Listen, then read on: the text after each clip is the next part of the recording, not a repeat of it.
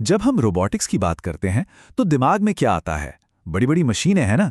पर असल में ये सिर्फ मशीनों के बारे में नहीं है। ये तो बेजान चीजों में जान डालने का एक तरह का जादू है। और जानते हैं ये जादू शुरू कहाँ से होता है? एक बहुत ही सिंपल लेकिन पावरफुल आइडिया से, मोशन यानी गति। तो आज हम लोग अपना पहला चलता फिरता रोबोट बनाने की तरफ एक बहुत जरूरी कदम उठाने वाले हैं। और जैसा कि मैंने कहा, ये सब कुछ शुरू होता है मोशन को समझने से। देखिए, कोई रोबोट चल पाए, देख पाए या सोच पाए, उससे भी पहले उसे हिलना डुलना तो आना चाहिए, है ना? तो हमारी कहानी की शुरुआत यहीं से होती है।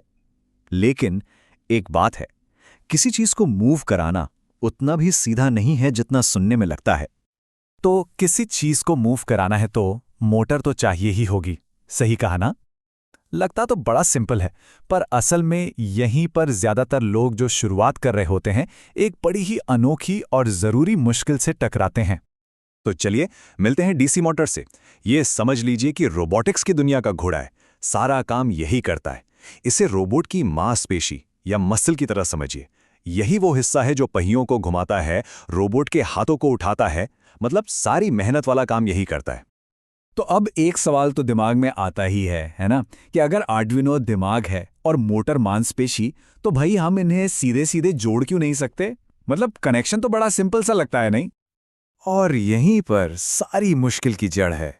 देखिए, आर्डुइनो का पिन जो कंट्रोल सिग्नल भेजता है वो बहुत ही कम पावर दे पाता है, सिर्फ जरा सी।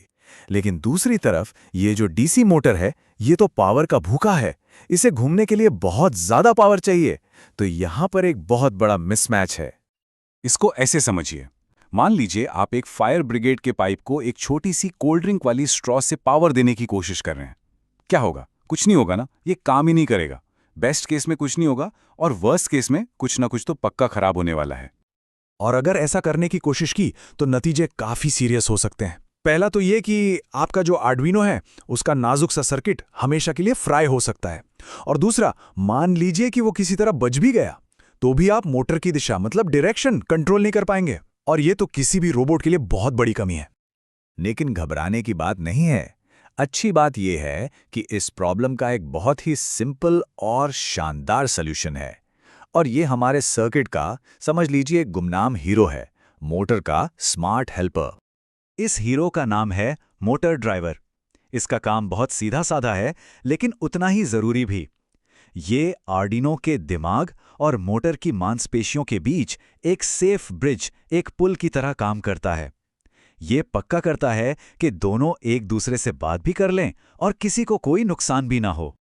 तो ये पुल असल में काम कैसे करता है? ये एक साथ दो काम करता है।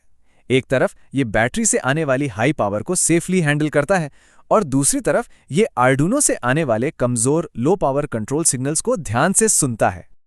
तो असल में ये एक ट्रांसलेटर जैसा है। ये आर्डुइनो से एक धीमा लो पावर वाला कमांड लेता है और उसे एक जोरदार हाई पावर एक्शन में बदल देता है, जिसे मोटर आसानी से समझ भी सकती है और उस पर काम भी कर सकती है। चलिए, थियरी तो बहुत हो गई। अब वक्त आ गया है इन सब चीजों को एक साथ जोड़ने का। और अब हम दिमाग को ताकत से जोड़ने वाले हैं। हम इसे 3 सिंपल स्टेप्स में करेंगे। सबसे पहले हम जोड़ेंगे मसल यानी हमारी मोटर।